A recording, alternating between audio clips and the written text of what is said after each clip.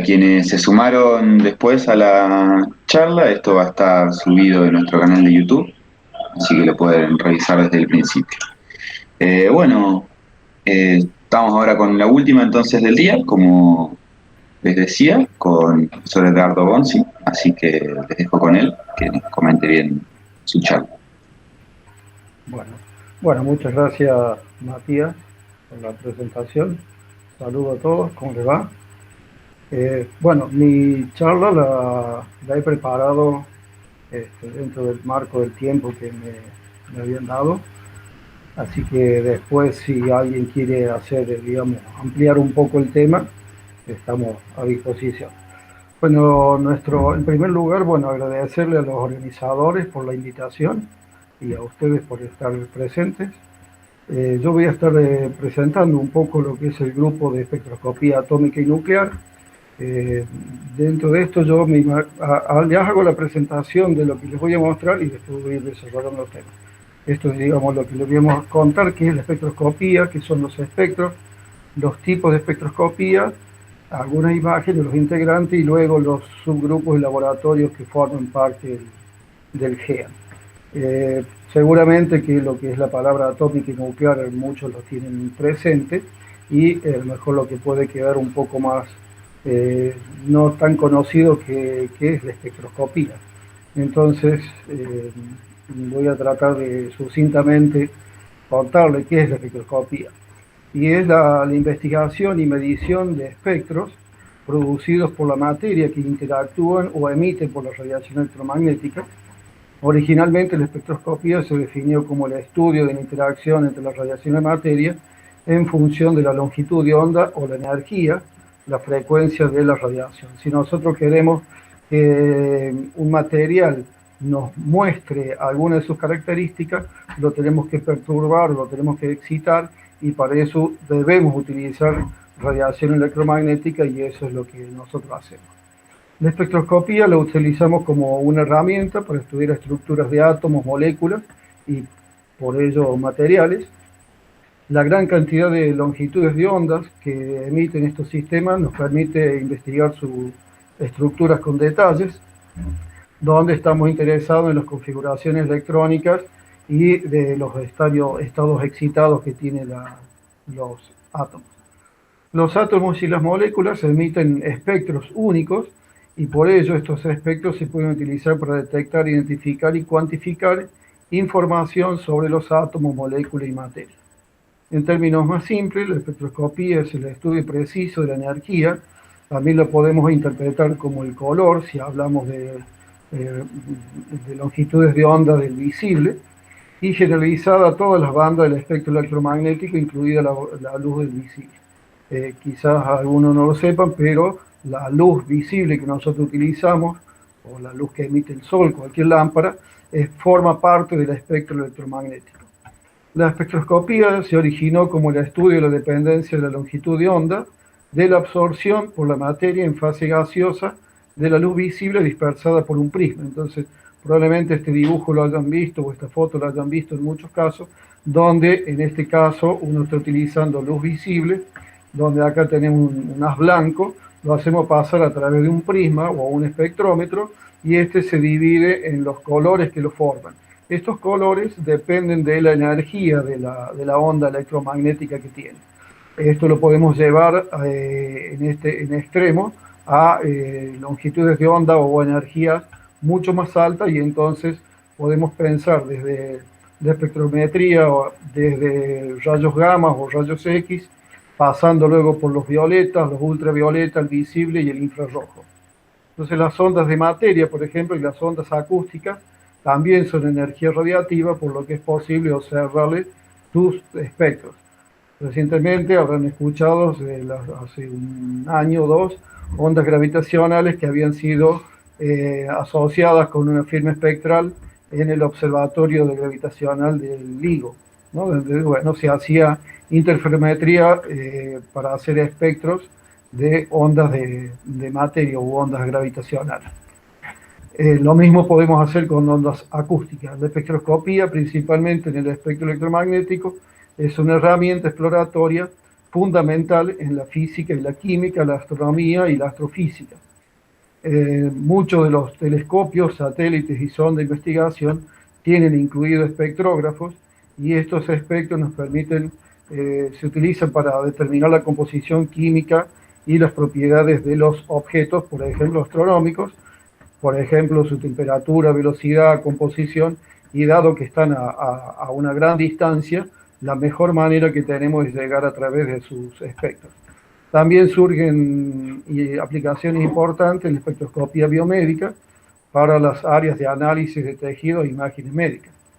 Los estudios espectroscópicos fueron fundamentales para el desarrollo de la mecánica cuántica, que incluyeron la explicación de Max Planck de la radiación del cuerpo negro, la interpretación de Albert Einstein del efecto fotoeléctrico, el modelo atómico propuesto por Niels Bohr de la estructura atómica de los espectros, o la propuesta cuántica relativista de Paul Dirac de la existencia de la antimateria. El espectro de un operador cuántico es una generalización del conjunto de valores propios que extiende la definición más allá de los operadores en espacios vectoriales de dimensión finita, por lo que bajo estas proposiciones los espectros están vinculados estrechamente con los altos valores hamiltonianos de un sistema cuántico. Y estos autovalores del sistema cuántico son los que nosotros medimos a través de los espectros. En la actualidad hay más de 180 científicos que son o fueron, porque algunos han fallecido, premios Nobel de física vinculados a esta área y otros tantos también premios Nobel de química en el desarrollo de estas técnicas. O, por ejemplo, la espectroscopía o física de partículas, física atómica, mecánica cuántica. La física de partículas comienza ya unos 300, 400 años antes de Cristo con Demócrito, Leucippe, Empédocles, que propusieron el sistema atómico y luego fueron desarrollados por muchos investigadores, que muchos de estos son conocidos por ustedes, digamos, por los estudios, a través de, por ejemplo, Kirchhoff, Bunsen, Dirac, Einstein, Bohr, Rydberg, Balmer, Bohr, Heisenberg, Schrödinger, Pauli, Bohr, Lamb, Fermi, Feynman, Rutherford, Geiger, Miller, Thomson, los esposos Curie con sus materiales radiactivos, Röntgen, Dalton, Becker, Millikan, Lorentz. Bueno, son algo, acá pueden buscar también los premios Nobel que hay, realmente los que han colaborado fuertemente en el desarrollo de toda esta tecnología que hoy, y la ciencia que en las cuales nosotros nos basamos. Los espectros en óptica son colores observados cuando la luz blanca se dispersa a través de un prisma, y se refiere también a la estadística de frecuencia asociada a la luz u ondas electromagnéticas. Entonces, el espectro electromagnético incluye el rango de frecuencia de radiación electromagnética y se utilizan para caracterizar la distribución de la radiación absorbida o emitida por un objeto. Un objeto puede ser un átomo, una molécula, una materia. Además, también uno analiza espectros de masa y que se utiliza en espectroscopía basada en la abundancia de iones en función de la relación masa-carga. Los espectros de electrones son otro tipo de espectros utilizados en física, que está definido como el número o la intensidad del haz de partículas dependiente de la energía de las partículas. Acá pueden ver el caso de dos espectros combinados. Esta zona izquierda es de lo que se llaman los espectros de emisión de rayos X, y en esta parte derecha es la que están los espectros de absorción de rayos X, en este caso para las líneas K del oxígeno, del dióxido de silicio. Algunos tipos de espectroscopía, por ejemplo, espectroscopía de absorción, la astronómica, absorción atómica, la dicroísmo circular, electroquímica, la impedancia electroquímica, de resonancia de spin de electrones, de espectros de emisión, dispersivos de energía, de fluorescencia, de infrarrojo por la transformada de Fourier, rayos gamma, la infrarrojo común juntamente con la vibracional de la espectroscopía, la espectroscopía vibracional, resonancia magnética nuclear, espectroscopía de masa, espectroscopía molecular, la Moss-Bauer, la NMR, la fotoelectronespectroscopía, espectroscopía Raman, ultravioleta, la ultravioleta invisible, espectroscopía de fotones, de fotoelectrones y rayos X, es decir, y el número de técnicas que hay cada vez crece más en cuanto a lo que es espectroscopía. Bueno, alguna de las resumen en imágenes de los estudios que se hacen se realizan en el GEAN, que es el Grupo de Espectroscopía Atómica y Nuclear. Son estudios básicos y aplicados, contaminación ambiental, baterías de litio, muestras arqueológicas, piezas dentarias, tomografía en 3D, cenizas volcánicas, microporosidad. Bueno, acá tienen alguna imagen de, por ejemplo, el ojo de una polilla, o microtomografía de pequeños huesos de animalitos, o por ejemplo óptica de rayos X, donde pueden ver acá cómo se puede manipular la radiación. Los integrantes del GEAN son Limandri, Grab, De Paola, Tirao, Stud, Trepi, Trincavelli, Carrera, Castellano, Chesta, Galván, Sánchez, Liani, Pérez, Edgardo Bonzi, quienes les habla, y algunos becarios y postdoctorando que también lo forman.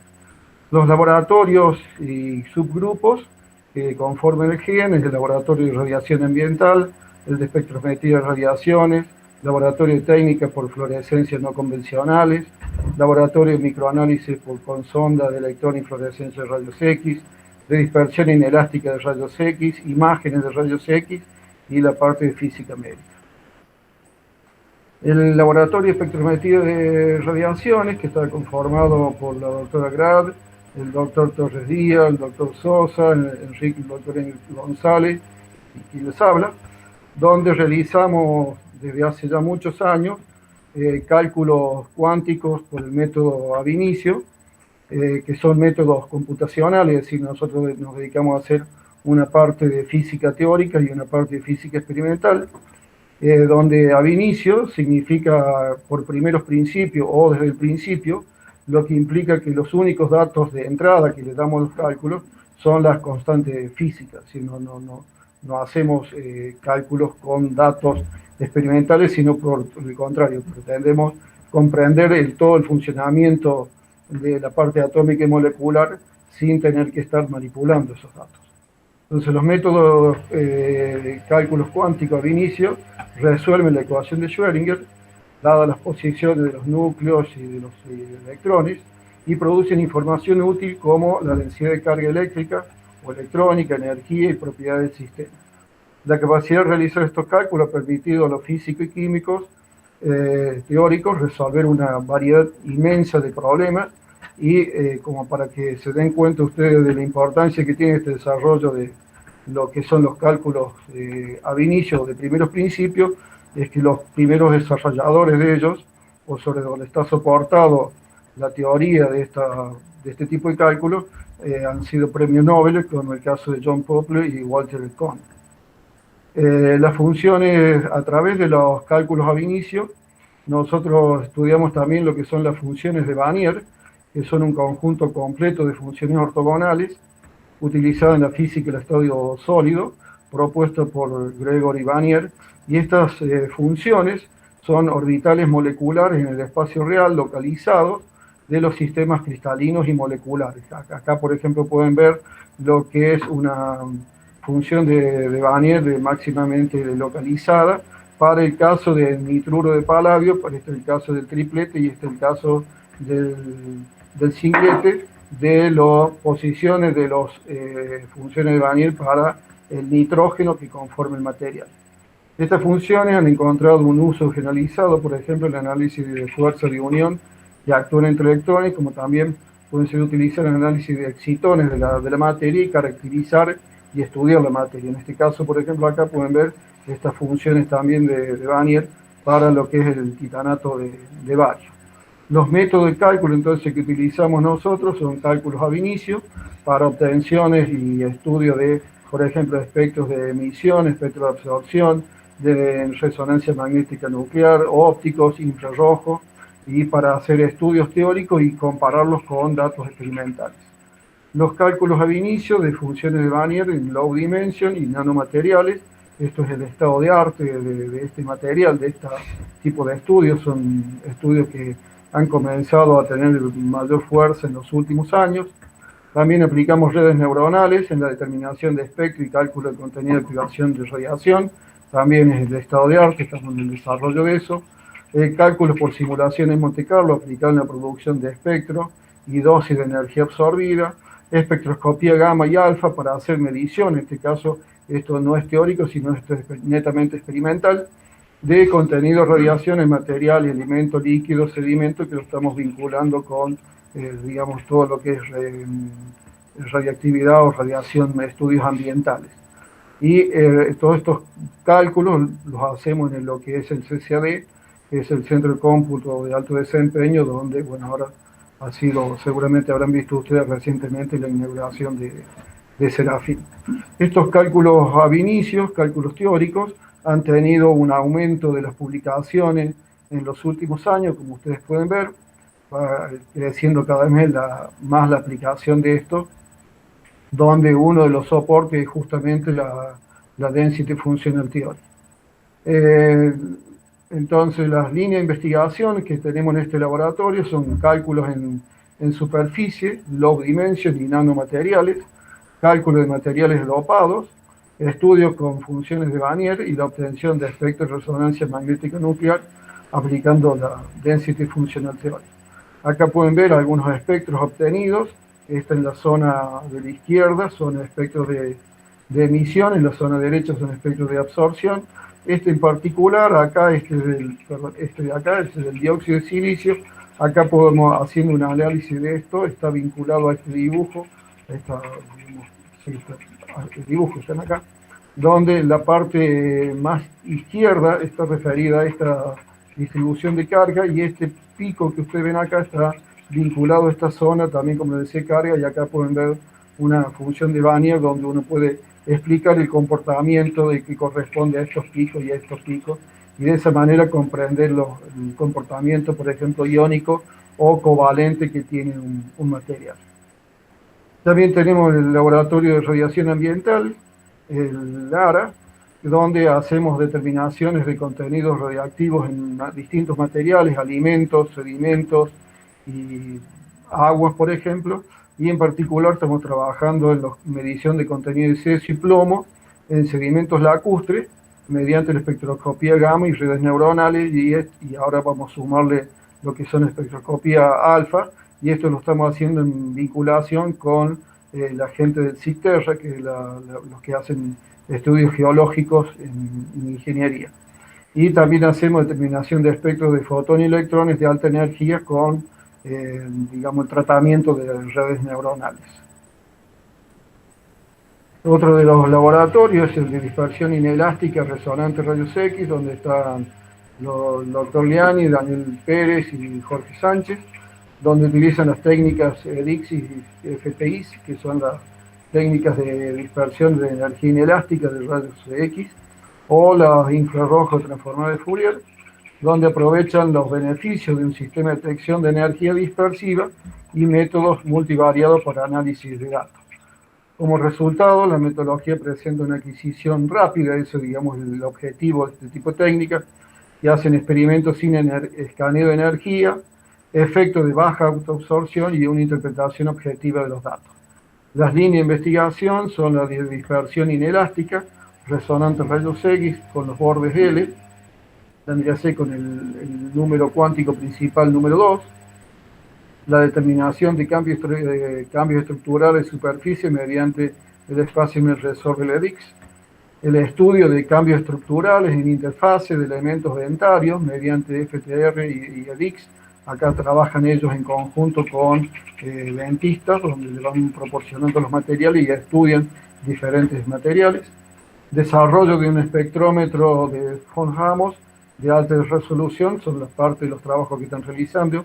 Acá pueden ver un esquema de cómo es la dispersión inelástica resonante, donde acá tenemos radiación, pueden ser rayos X o gamma, o fotoelectrones, o algún otro tipo de radiación, donde se lo hace impactar, por ejemplo, en la línea K o en el número cuántico n igual 1, para que un electrón sea eyectado y de esa manera el átomo queda en su estado excitado, y puede un electrón entonces de la capa de n igual 2, que nosotros llamamos L, ocupar ese lugar. Cuando esto sucede, emite radiación y nosotros estudiamos esta radiación que venía a ser los espectros que se producen, y acá pueden observar algunos de cómo varía según la composición del material de la forma espectral que tiene.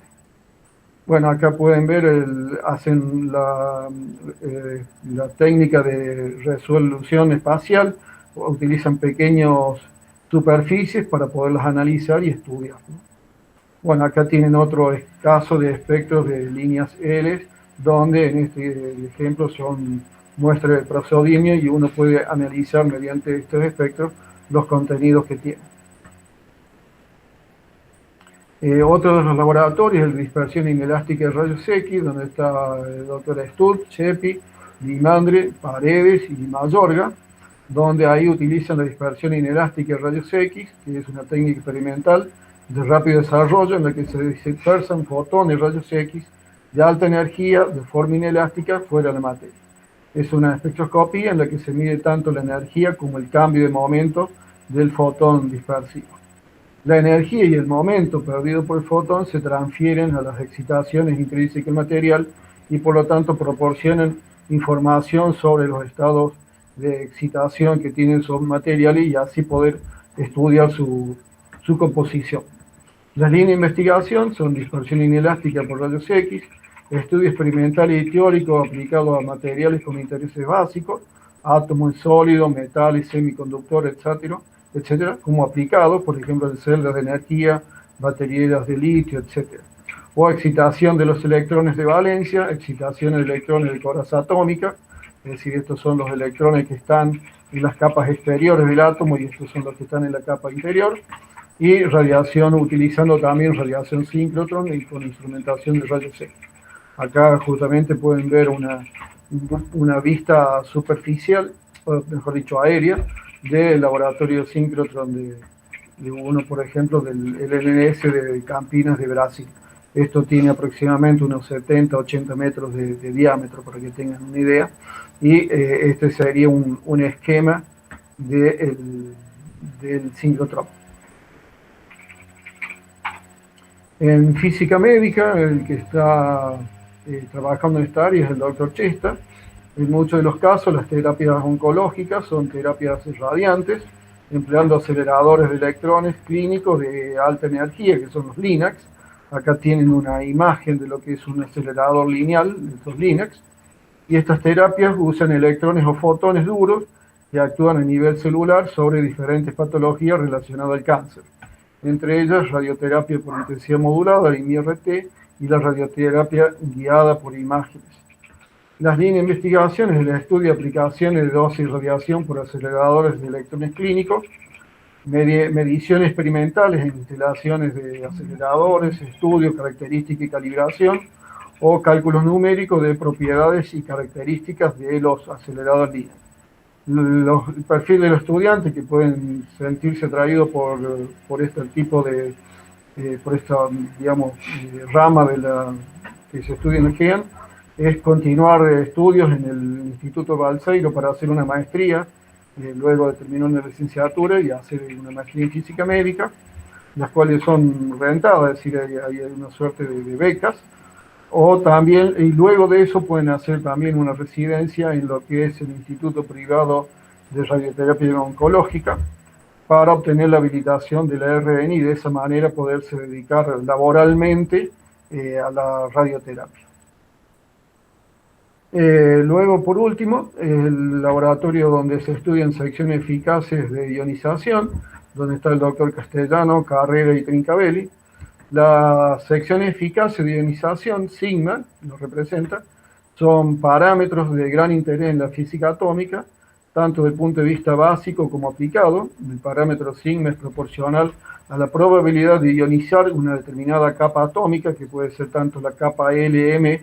Estas están vinculados al número atómico cuántico principal, al N, el N igual 1, N2, N3, y etcétera, de un determinado elemento. Además, es diferente según sea el tipo de partícula incidente que produce la ionización, dado que uno puede excitar el material ya sea con rayos X o la radiación electromagnética, como protones o electrones o algún otro tipo de iones. Entonces, así se tiene, por ejemplo, la sección eficaz de ionización de la capa K, por ejemplo, del azufre por impacto de protones o de la capa L3 de la plata por impacto electrónico. Es decir, uno puede utilizar distintos materiales y distintos tipos de radiación. En cada caso, se trata de una función de la energía, en función de la energía de la partícula incidente. Eso es lo que se estudia. La determinación experimental de estas funciones sigma permite validar o refutar modelos teóricos en el marco de la física atómica y además proveer información indispensable para la descripción del espectro de emisión. Esta caracterización es necesaria para estudiar materiales de manera no destructiva, es decir, son ensayos no destructivos. Para llevar a cabo estas mediciones experimentales de las curvas sigma versus energía, se utiliza el microscopio electrónico de barrido 6. Ahí tienen una imagen del microscopio electrónico, o también de la microsonda GEOL. Por otra parte, bueno, también se utilizan simulaciones Monte Carlo para llevar a cabo correcciones por dispersiones elásticas. Las líneas de investigación que se llevan adelante en este subgrupo, digamos, del GEAN, es determinación de la sección eficacia de ionización K de elementos livianos, sección eficacia de ionización L de elementos del quinto periodo, por ejemplo, rutecio, rodio o el indio, determinaciones de la ionización múltiple de capa KL, o sea, el conjunto de estas dos, de elementos del tercer periodo, magnesio, aluminio, azufre, y la determinación de sección eficacia de ionización de la capa M, de elementos, por ejemplo, el hafnio, talio, wolframio o plomo, por impacto de electrones. Bueno, de esta manera he hecho la presentación de las distintas líneas que se llevan adelante en el GEAN. Todos aquellos que estén interesados en esta línea de trabajo están invitados a sumarse. Pueden acercarse a cada uno de los investigadores. Yo les había propuesto acá, está mi mail, pueden comunicarse y puedo vincularlos con cada uno de ellos o encontrárselos en alguna de las clases, o buscar su mail y contactarse con ellos. Bueno, muchas gracias por su atención y quedo disponible a las preguntas que puedan realizar. Bueno, Eduardo, muchísimas gracias por su tiempo, por la presentación. Y bueno, como dijo el profe, si alguien tiene alguna duda de quienes están acá en la llamada, pueden preguntar.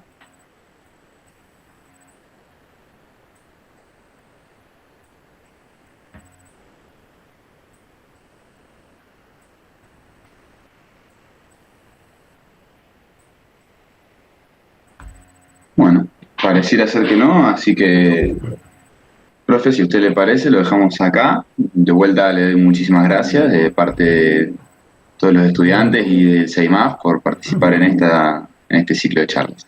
Bueno, muchísimas gracias y gracias a ustedes por la invitación. Chao, chao. No,